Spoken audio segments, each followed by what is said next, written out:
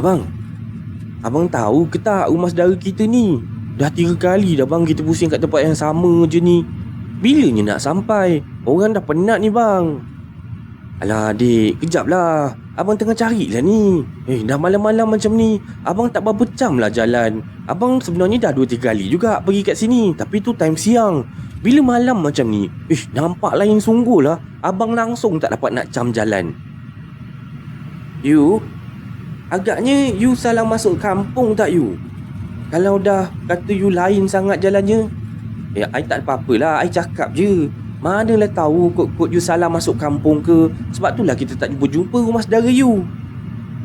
Terus waktu ni, abang saya terus terdiam je tau.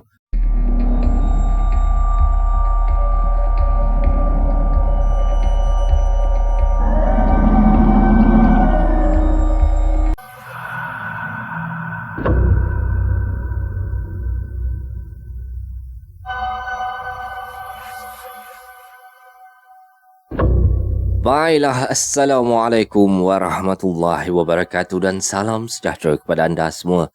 Selamat datang ke channel Kisah Seram Malaysia. Diharapkan anda semua pada hari ini sihat-sihat belaka lah hendaknya ya, insya-Allah.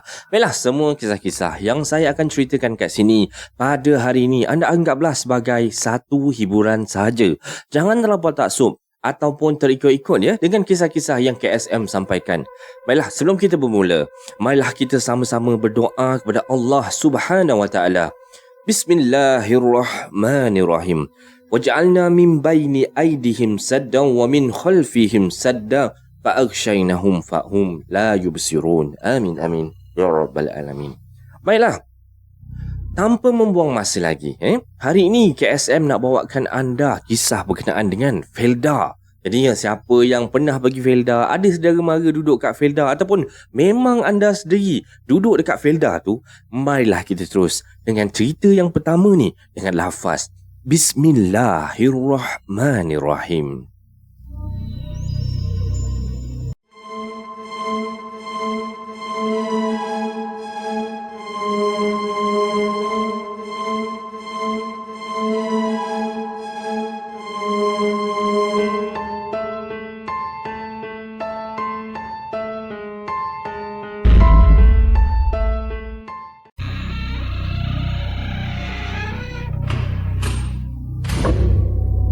Okey, untuk kisah yang pertama ni tajuk dia Felda Cini.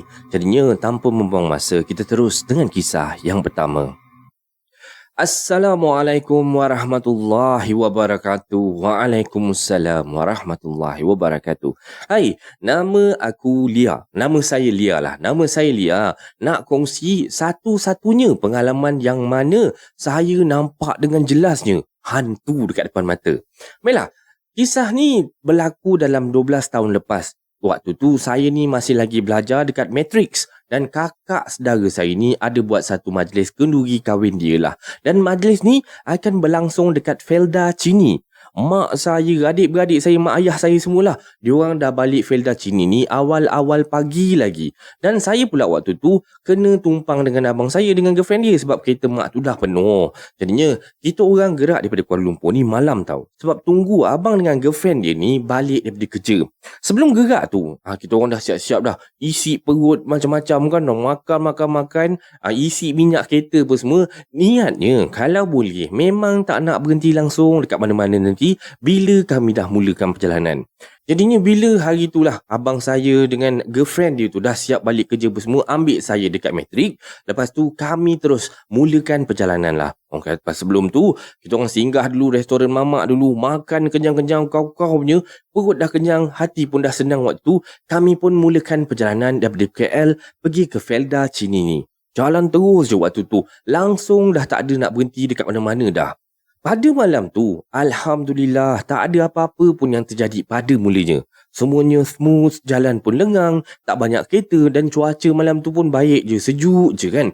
Jadinya bolehlah abang saya bawa laju sikit. Drive punya drive. Akhirnya dalam pukul 2 pagi kita orang pun sampailah yang tempat yang dikatakan inilah Felda Cini.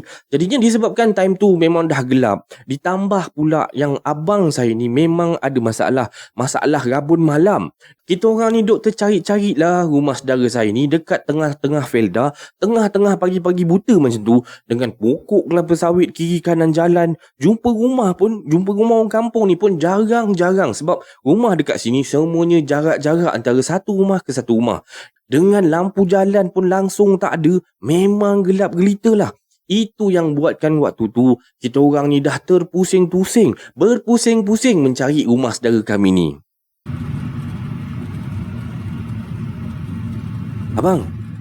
Abang tahu ke tak rumah saudara kita ni? Dah 3 kali dah bang kita pusing kat tempat yang sama je ni. Bilanya nak sampai? Orang dah penat ni bang. Alah adik, kejap lah. Abang tengah cari lah ni. Dah malam-malam macam ni, abang tak berapa jam lah jalan. Abang sebenarnya dah 2-3 kali juga pergi kat sini, tapi tu time siang. Bila malam macam ni, nampak lain sungguh lah. Abang langsung tak dapat nak cam jalan.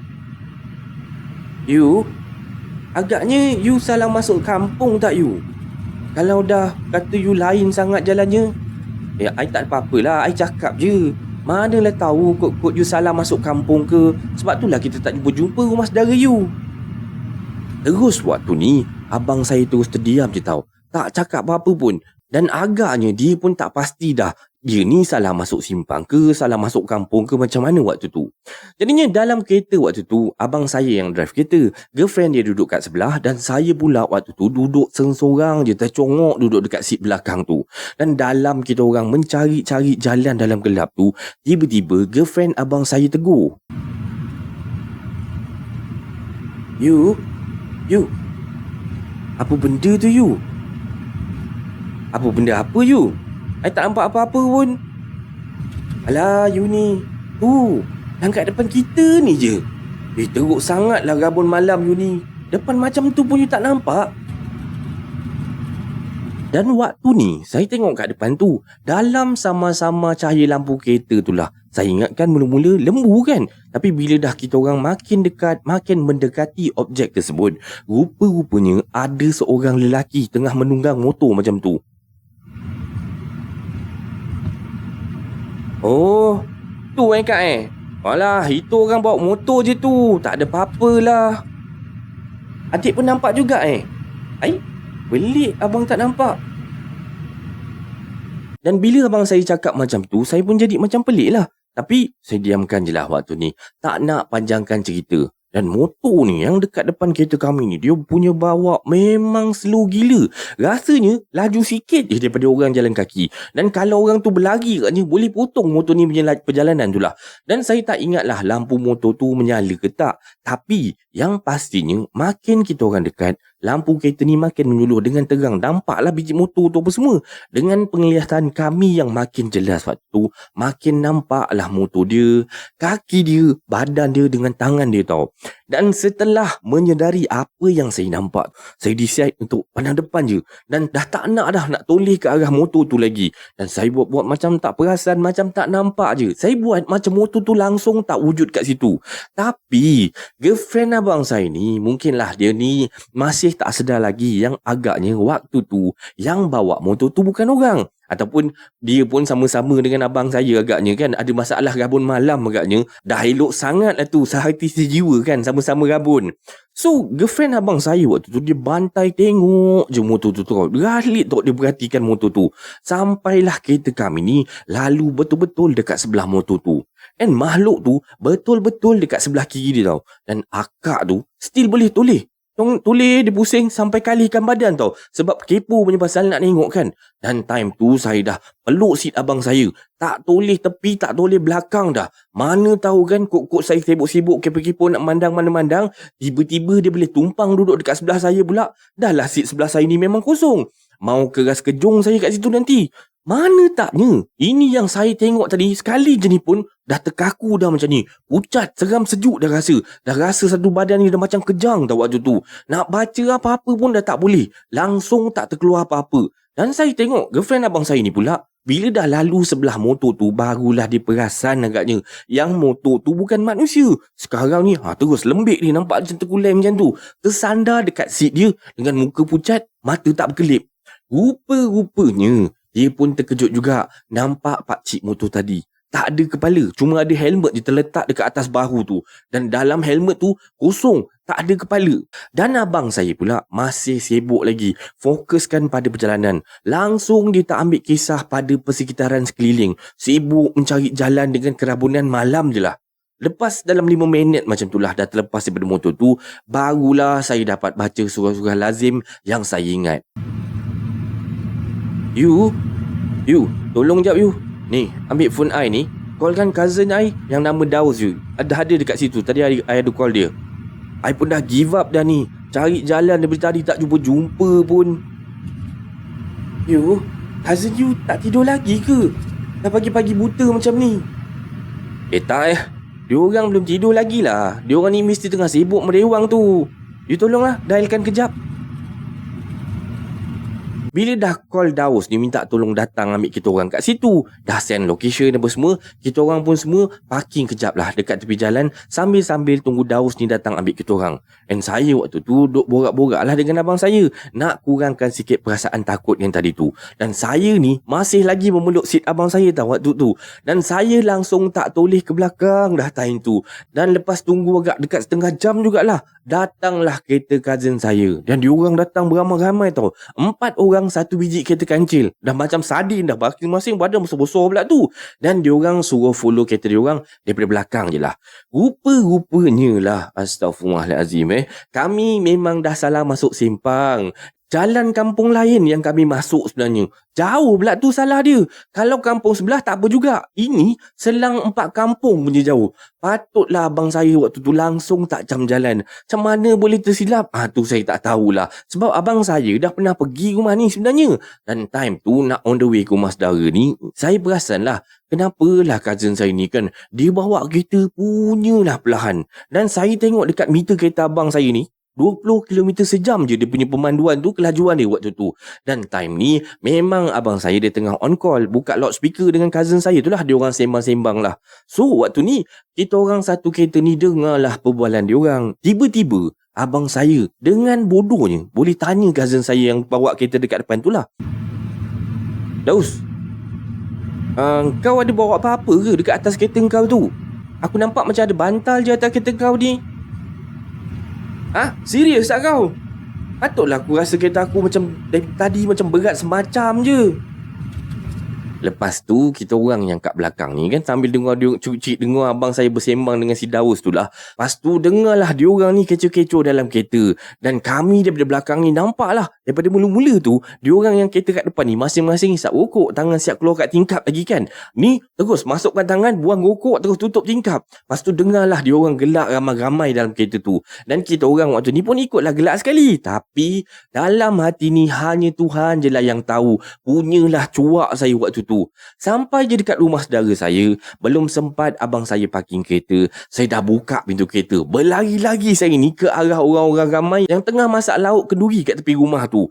Kalau kenduri kan, orang kat rumah kampung ni, diorang ni masih bergotong royong masak-masak untuk kenduri kan. So waktu ni walaupun dah pukul 3 pagi, rumah waktu tu masih lagi terang benderang.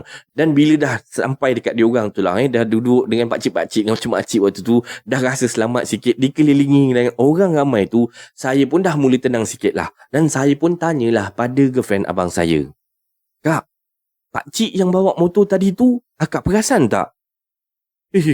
Kau ni ingatkan akak lagi. Perasan? Gila lah, dia tak ada kepala. Dan kita orang lepas tu demam sehari dua jugalah sepanjang kita orang ada dekat Felda macam ni tu. Dan esoknya heboh lah, satu keduri ni kita orang jumpa hantu tak ada kepala. Dan abang saya pula sampai sekarang ni tak puas hati kata dia, sebab dia tak nampak, langsung tak perasan kehadiran makhluk dekat atas motor tu. Dan ini adalah kisah seram Malaysia untuk pembukaan pada kali ini. Macam mana anda rasakan dengan kisah pembukaan dia? Semoga anda terhibur sebab KSM masih ada lagi 2 kisah untuk malam ni. So korang stay tune and enjoy.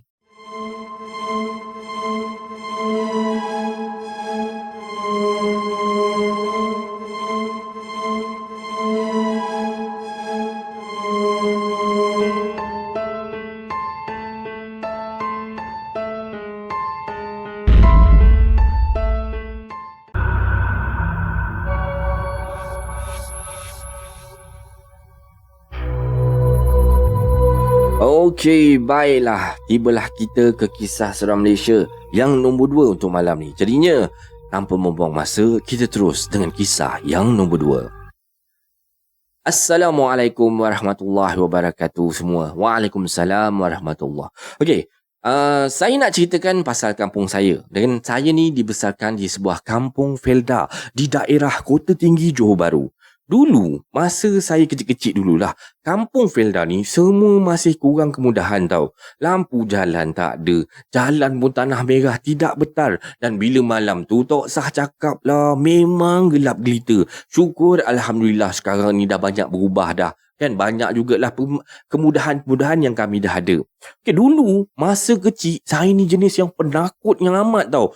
Pergi toilet pun siap minta akak dengan abang saya ni temankan. Tapi bila dah usia saya ni dah masuk remaja, saya berubah. Jadi macam mana? Jadi terkejal tau. Okey, terkejal ni maksud dia kalau orang Johor punya pemahaman lah maksud dia degil dan kaki redah je.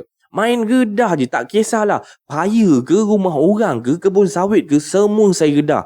Yang saya tak redah lagi, cuma kubur je. Saya belum pernah pergi main dalam kubur. Macam tu lah maksud dia. So, ada satu hari ni lah, saya pergi ambil buluh dekat paya belakang rumah jiran saya ni. Dan saya waktu tu gerak berdua je dengan seorang member saya yang satu kampung lah. Nama dia Z. Sampai dia dekat situ, kita orang tebanglah pokok buluh yang kita orang memang dah aim. Konon-kononnya niat nak buat pelita. Dan kisah ni terjadi pada bulan puasa ya. Lupa pula nak mention tadi. Tengah saya duk menakik-nakik batang buluh tu lah waktu tu. Sempat jugalah si Z ni snap gambar saya gunakan handphone. Sempat jugalah saya duk berposing-posing dekat tepi batang pokok buluh tu. Lepas dah siap semua potong-potong ni, kita orang pun ambil lah dalam 2-3 batang macam tu. Kita orang pun balik sebab dah petang sangat waktu tu. Dan malam tu lepas solat Isyak waktu tu, saya pun lepak-lepak lah dengan si Z ni dekat depan rumah saya. Teringat pula yang tadi si Z ni ada ambil gambar saya. Dan saya pun minta lah dia tunjukkan gambar tu. Tengah duk saya bilik-bilik juga aku ni rupanya tiba-tiba saya perasan dekat dalam gambar tu macam ada sesuatu image yang agak pelik lah. Benda tu warna hitam tau. Dan saya cuba zoom in dan hasilnya dalam gambar tu saya nampak Encik Chong posing bersama-sama. Tapi dalam gambar ni lain sikit tau. Pelik sebab saya tak pernah dengar pun macam ni. Dia kata Cik Chong ni warna dia warna hitam. Macam ada punjut lagi kat atas kepala tu. Dan duduk kat belakang pokok buluh tu. Duk sibuk nak enter frame waktu saya tengah posing tu lah. Agaknya lah benda tu mengintai kita orang tebang pokok buluh lah agaknya. Dan sampai sekarang ni ada lagi gambar tu member saya simpan. Okey, kisah kedua pula. Masa tu, kisah ni terjadi masa saya form 6 lah. Ada sekali tu, mak dengan bapak saya ni tak ada dekat rumah. Pergi Shah Alam, convocation akak saya. Jadinya rumah waktu tu memang kosong lah. Dan saya tak ikut sebab ada kelas tambahan waktu tu. Dan nak dekat trial exam tak lama lagi. Sebab itulah saya pun stay lah sorang-sorang dekat rumah waktu tu. Jadinya kan bila dah stay kat rumah, dah habis dah segala game saya main, apa benda pun dah tak tahu nak buat apa. Malam tu saya jadi boring lah. Tak tahu nak buat apa. Jadinya saya pun call lah member-member saya ni. Saya pun ajak lah member-member kampung saya ni duduk pergi lepak kat warung. Dah makan-makan, lepak-lepak, minum-minum dekat warung waktu tu. Dan warung tu waktu tu pun dah nak tutup dah. Tak silap saya dalam pukul 10 malam lah agaknya time tu. Dan saya pun ajak lah diorang ni tidur dekat rumah saya. Sebab mak bapak saya pun tak dekat rumah. Jadinya diorang pun setujulah. Dan kami pun beramai-ramai lah pergi balik ke rumah saya. Sampai dekat rumah ni, Saya pun bersih-bersihkan diri apa semua. Saya pun duduklah dekat meja study saya. Saya siapkan homework, saya study sikit. Tapi kawan-kawan saya waktu tu, dia orang main PS2. Dalam pukul 1 lebih macam tu lah, tiba-tiba ada bunyi macam pelik tau.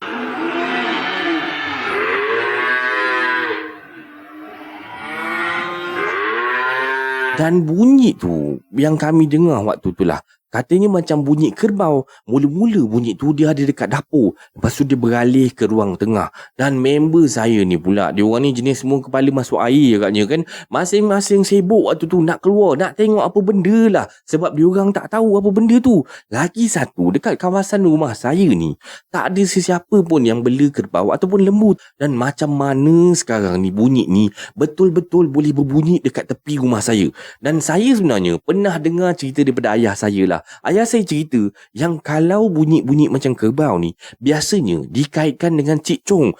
Jadinya saya pun bila dah teringat pesan ayah saya yang member-member saya ni sibuk nak keluar sangat tadi kan, saya pun laranglah diorang daripada keluar. Dan malam tu kami tidur ramai-ramai dekat ruang tamu sebab bunyi kerbau tu tak hilang, tak berhenti-henti sampailah ke pagi. Lepas azan subuh je terus hilang bunyi tu.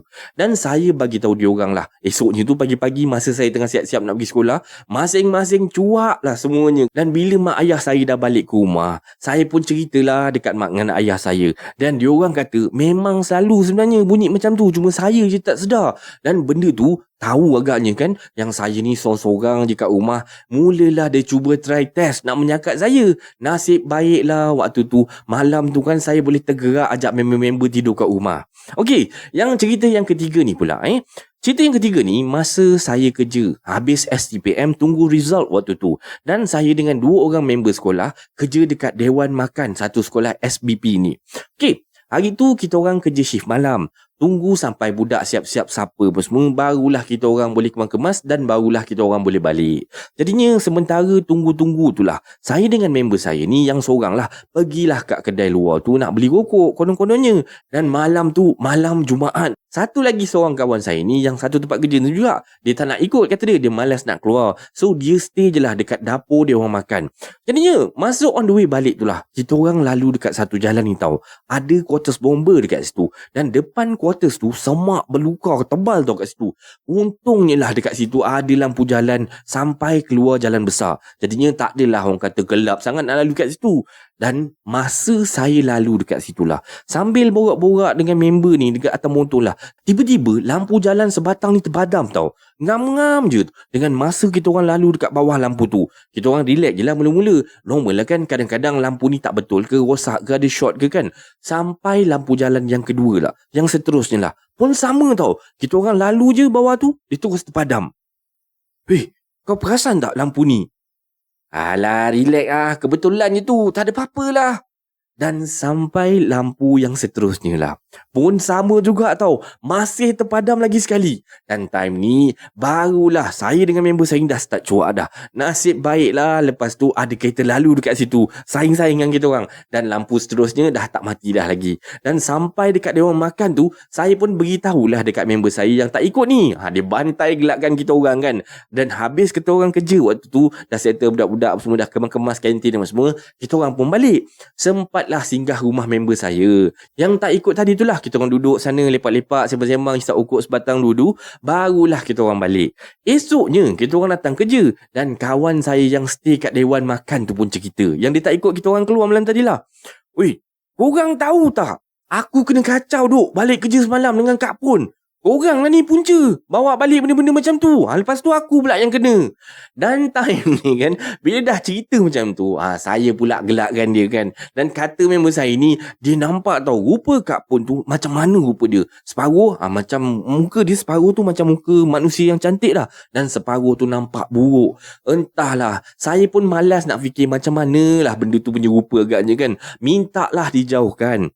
Satu sebenarnya yang harus kita pegang lah, hanya Allah yang maha berkuasa, yang ada kuasa mutlak atas semua makhluk-makhluk ni. Jadinya nak apa-apa, nak perlindungan ke, nak kesihatan ke, nak apa-apa, kita mintalah pada dia. Dan Assalamualaikum. Siapa yang pernah kena macam ni? Baik mengaku, kata dia. Kita lalu dekat bawah lampu, tiba-tiba lampu tu terpadam. Lalu depan dia terpadam. Dan KSM dengan isteri pun pernah kena macam ni. Siapa yang pernah kena, komen lah. Mungkin boleh cerita anda kat bawah tu. Okey, jadinya ini adalah kisah seram Malaysia yang kedua pada malam ni. Jadinya KSM terus dengan kisah yang ketiga, ya.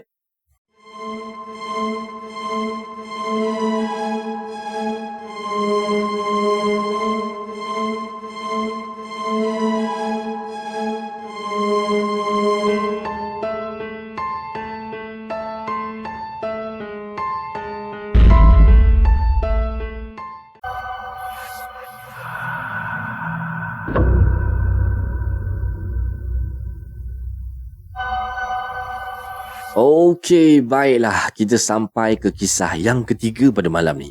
Jadinya, tanpa membuang masa, kita terus dengan kisah dia. Assalamualaikum warahmatullahi wabarakatuh semua. Waalaikumsalam warahmatullahi wabarakatuh.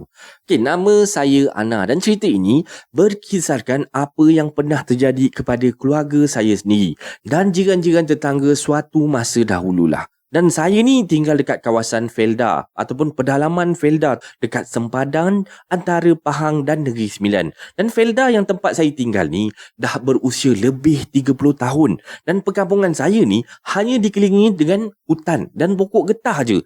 Jauh daripada pembangunan dan kemajuan. Dan saya ni bukanlah seorang yang sangat-sangat berani. Tapi nak kata penakut tu pun tak juga. Jadi saya ni maintain lah sedang-sedang gitu. Dan saya suka sangat bila mak saya cerita macam mana permulaan hidup kami waktu dekat sini mula-mula dulu. Kebiasaannya, cerita mak saya ni tak lari daripada topik misteri. Okey, kita terus dengan kisah dia. Kawasan perkampungan saya ni adalah bekas tapak perang katanya zaman-zaman dahulu lah. Tapi masa nak didirikan perumahan, macam-macam lah cerita yang dah berlaku. Dulu, jiran saya ni merupakan seorang bomoh. Dan katanya kawasan rumah saya ni tak selamat, keras tempat ni. Dan zaman dulu-dulu ni, waktu taman ni buka, mula-mula tu lah. Dulu-dulu ni tak ada orang azan lagi. Sebab surau pun belum siap. Dekat awal pembukaan Felda saya ni. Jadinya anda faham-faham sendirilah ya. Setan memanglah bersukaria sebab langsung tak ada laungan azan yang dilaungkan dekat sini. Macam-macam lah yang jadi. Bomoh ni kata kawasan rumah kami ni tak selamat lah. Dia siap hasut mak ayah saya untuk pulang ke kampung je. Tapi mak ayah saya ni enggan. Dan tetap nak teruskan untuk duduk dekat sini. Jadinya, bomoh sebelah rumah saya ni pun dengan sendirinya, dia sendirilah yang pindah ke kampungnya dekat Lancang, Pahang. Rumah saya ni dekat dengan barisan rumah pegawai Felda tau. Dan kalau dekat sini, semua orang tahu rumah-rumah pegawai Felda ni biasanya tempat yang paling banyak cerita mistik. Sebabnya, bila tak ada pegawai baru daripada luar berhijrah, maknanya rumah tu akan kosong lah. Lama dibiarkan kosong. Tak pun kadang-kadang rumah yang kosong ni akan disewakan pada guru-guru yang mengajar di sekolah-sekolah yang berdekatan. Biasanya, cikgu-cikgu yang menyewa pula perempuan. Lepas tu bujang pula tu. Dan diorang ni akan duduk dekat situ secara beramai-ramai tau. Dan cikgu-cikgu ni, of course lah, selalu sangat kena ganggu. Biasanya akan ada orang bagi salam 2-3 kali ketuk-ketuk pintu rumah macam tu. Tapi bila diorang buka, tak ada orang kat depan pintu tu. Dan rumah pegawai yang lain pula kena gangguan lain lah. Misalnya, ada orang masak lah, ada bunyi lah, macam bunyi orang mandi lah, dan macam-macam lagi gangguan yang menakutkan. Kena pula pegawai tu bujang pula tu, lagilah benda tu suka ganggu. Dan kebetulan, bertentangan dengan rumah pegawai bujang tu, ada satu pokok kekabu tua. Ada yang kata selalu terlihat kelibat perempuan dekat atas pokok kekabu tersebut. Bukan sekali, tapi banyak kalilah.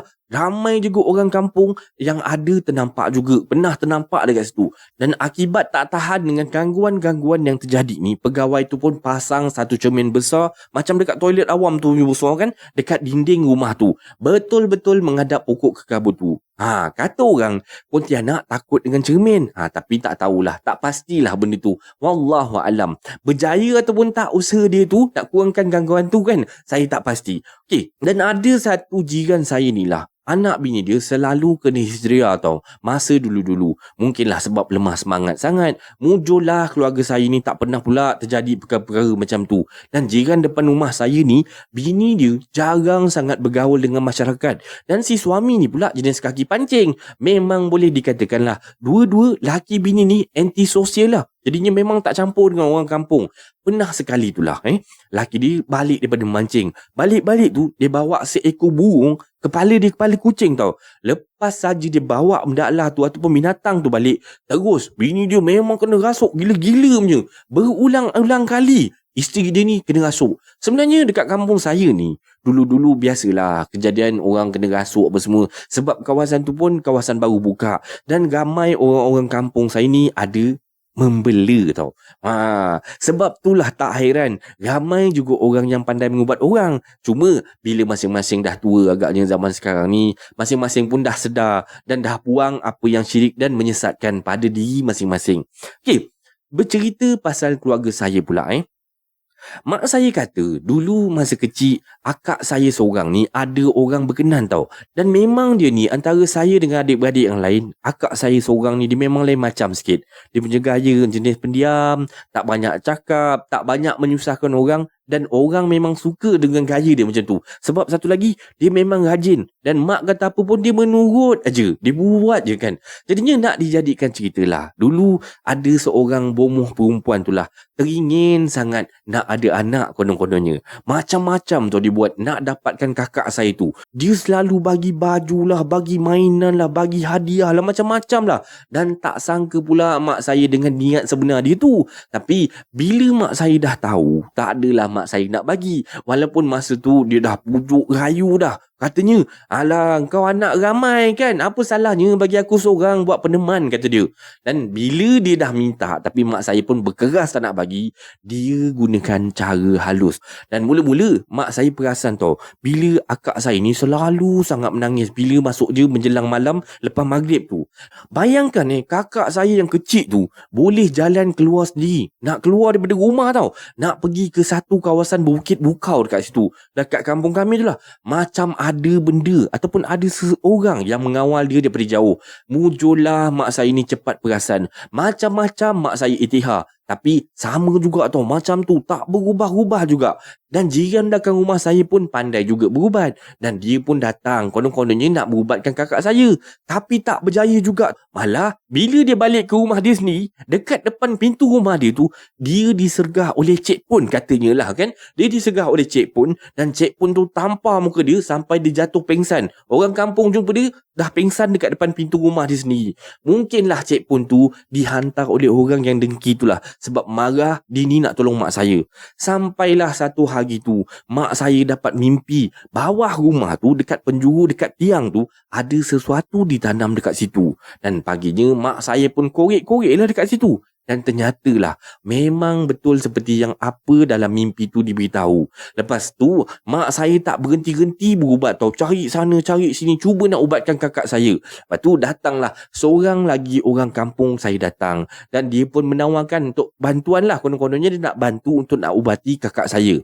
Dan dengan izin Allah Subhanahu Wa Taala, akhirnya kakak saya yang dah lama menderita sakit tu akhirnya sembuh juga. Dan bomoh perempuan yang berniat jahat dengan keluarga saya tu pun terus lari sampai sekarang dah tak muncul lah. Kita orang pun dah tak tahu dia kat mana.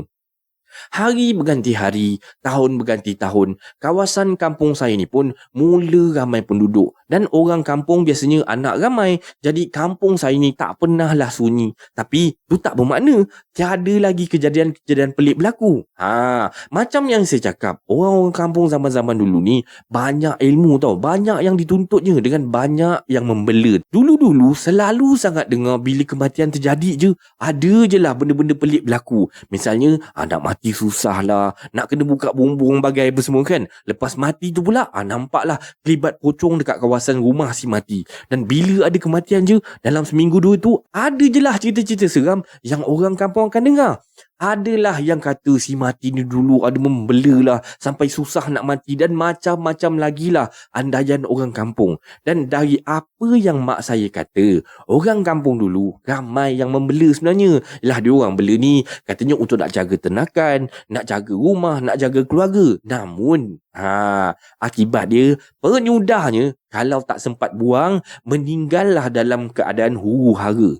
Pernahlah terjadi Saya dengan kakak saya yang nombor 2 ni pergi ke kedai lah. Masa tu saya kecil lagi tau. Dalam waktu tu mungkin sekolah rendah lah, darjah 4, darjah 5 macam tu. Dan kami dulu kalau nak ke kedai ni jalan kaki je. Sebab tak pandai bawa motosikal. Selalunya yang kami dengar lah, banyak orang kampung yang bercerita yang menjadi misteri dan menyeramkan bila sampai dekat Selekor. Ada satu Selekor lah dekat situ. Dan kawasan tepi tu cuma hutan dengan paya je kat situ. Termasuklah perigi air ada dekat situ juga. Dah jadi bualan orang kampung tau. Sesiapa je yang lalu bawah lampu dekat jalan dekat tempat tadi yang saya cakap tu, pasti lampu tu akan terpadam. Klip-klip terpadam tau. Dan bila lepas daripada Selekor tu, lampu jalan tu dia akan hidup macam biasa. Nak dijadikan cerita lah. Malam tu saya dengan kakak saya ni terkena. Kami memang selalu pergi kedai malam-malam ni kan. Bila mak suruh beli tu, bila mak suruh beli ni, macam-macam lah kan. Dan perkara lampu jalan terpadam sendiri tu sebenarnya macam dah biasa dah, lali dah. Walaupun masih dalam keadaan takut-takutlah juga. Tapi malam tu dia punya gangguan tu lebih ekstrim lagi lah. Dan dalam perjalanan nak pergi tu lah, lepas je saya dengan kakak ni baru je lepasi kawasan Berselekor yang ada lampu tadi tu lah. Dan lampu tu pap terpadam. Dan saya dah mula rasa seram. Saya tarik baju kakak. Serius, masa tu bulu roma ni memang meremang sampai ke atas kepala lah. Tapi kakak saya waktu tu dia bagi isyarat, jangan tegur, jangan lari. Dan saya waktu ni dah memang dah mula nak menangis tau. Yelah, masa tu kan kecil lagi. Bila kena benda-benda macam ni, mana tahu nak buat apa benda lain selain daripada menangis. Saya rasa masa tu macam ada benda tau perhatikan kami berdua tengah berjalan tu. Dan saya dengan kakak saya ni jalan-jalan sambil perhatikan sekeliling. Dan korang tahu tak apa yang kami nampak? Ada 5 entiti. Dia macam bola-bola berapi macam tu. Sedang datang. Macam jalan macam terbang. Menuju ke arah kami. Dan datangnya benda tu daripada arah dalam hutan. Makin lama benda tu kita orang nampak. Makin besar, makin dekat. Dan saya apa lagi. Menggigil lah masa tu. Tahu nak menangis je kan. Sampai tarik baju kakak saya ni. Sampai nak terkoyak dah saya buatnya. Dan akak saya pun bila dah tengok saya macam tu, apa lagilah. Kita orang pun 1, 2, 3. Pecut terus. Lari terus. Tercungap-cungap lah. Sampai tersungkur dekat tangga depan rumah tau masa tu. Dan mak pun bila dah nampak kita orang macam tu. Korang ni. Kenapa ni? Berlari tak cukup tanah ni. Sampai tangga pun dah tak nampak. Habis semua kau gedah. Mak. Kita orang kena kejar dengan bola api, mak. Dan kita orang pun apa lagilah berlari masuk dalam rumah cepat-cepat. Dan kita orang pun ceritalah apa yang terjadi. Dan saya pun tak tahulah apa benda tu sebenarnya. Tapi bila tanya dekat mak, mak kata tu penanggal. Memang seram gila lah waktu tu. Anda bayangkanlah benda tu boleh terbang-terbang kejar kita orang. Kita orang yang berlari ni habis semua. Selipar semua dah tak tahu dah mana arah dah terbang. Dan waktu kami berlari tu, mujurlah benda tu tak kejar sampai depan rumah. Dan malam tu kami tak sempat pun pergi ke kedai pada malam tu.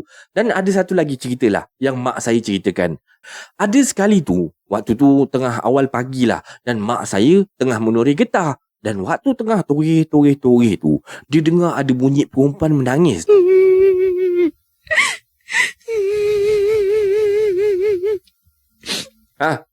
Siapa tu? Siapa tu? Kau jangan main-main dengan aku. Dan waktu tu kan, waktu tu masih lagi pagi-pagi buta. Dan memang gelap lagi lah ceritanya. Jadinya mak saya tak puas hati. Dia pun ambil torchlight. Dia pun suluh kanan, suluh kiri waktu tu. Dan mak saya boleh tersuluh perempuan dalam kebun getah berdiri dekat sebelah pokok getah. Selang sebatang je pokok getah tu depan dia. Dan mata perempuan tu bercahaya bila dia suluh tu. Nampak macam mata kucing. Tapi kan mata kucing warna kuning. Tapi bila dia suluh ni, mata dia bercahaya warna merah. Dan bila dah nampak macam tu, mak saya pun apa lagi, teruslah lari balik rumah. Dan sepanjang perjalanan balik waktu dia berlari tu, betis mak saya ni dia rasa macam sakit je. Macam rasa kena gigit macam tu. Rasa sakit tapi tak nampak apa-apa pun yang menggigit. Dan saya pernah sendiri tengok. Memang berkesan lah sampai sekarang. Nampaklah kesan hijau dekat kaki mak saya tu. Kena kesan dengan gigitan benda tu. Kesian mak saya. Dan sampai menangis dia tak tahan sakit pada malam tu kata dia. Padahal mak saya ni dia jenis perempuan yang tough jugalah. Dia susah nak menangis. Dan sekarang orang-orang kampung ni dah jarang lagi saya dah dengar benda-benda cerita ada yang membela ke, ada yang menuntut ilmu-ilmu macam ni lagi ke. Mungkinlah sebab dah mula berusia masing-masing, nak ikut cara Islam yang sebenar lah agaknya. Atau mungkin dah jarang ada yang nak membela untuk tujuan jaga keluarga dan ternakan macam dulu-dulu lagi. Dan kampung saya pun dah tak ada hutan macam dulu dah. Sekarang ni dah pun tukar kepada tanaman sawit, bukan getah lagi. Dan pesan saya lah, jangan bergantung pada ilmu selain daripada ilmu Allah. Sebab benda ni lah punca hidup anda borak-peranda. Assalamualaikum dan terima kasih. Dan ini adalah kisah seram Malaysia pada malam ni. Semoga anda terhibur dengan kisah-kisah yang KSM sampaikan ni. Baiklah, sebelum kita akhiri, disclaimer dulu macam biasa. Semua kisah-kisah yang saya ceritakan dekat sini, anda anggaplah sebagai satu hiburan sahaja. Jangan terlampau taksub ataupun terikut-ikut ya. Sebarang komen, like dan share daripada anda semua amat-amatlah dihargai. Dan terima kasih kepada yang dah sudi subscribe di channel Kisah Seram Malaysia ni. Dan yang masih belum tu, anda bantulah saya dengan menekan butang subscribe, like dan sharekan video ini kepada kawan-kawan anda. Sokongan daripada anda semua adalah ibarat satu pembakar semangat buat saya untuk terus berkarya, agar saya terus berusaha untuk membuat banyak video-video yang baik, yang menarik dan berkualiti untuk anda semua tonton, insya-Allah. Jadinya yang baik tu datang daripada Allah Subhanahu Wa Taala dan yang buruk tu datang daripada kelemahan diri saya sendiri. Dan saya akhiri kisah seram Malaysia pada kali ini dengan lafaz Assalamualaikum warahmatullahi wabarakatuh. Thank you for your support. See you in next video. Take care guys and God bless you.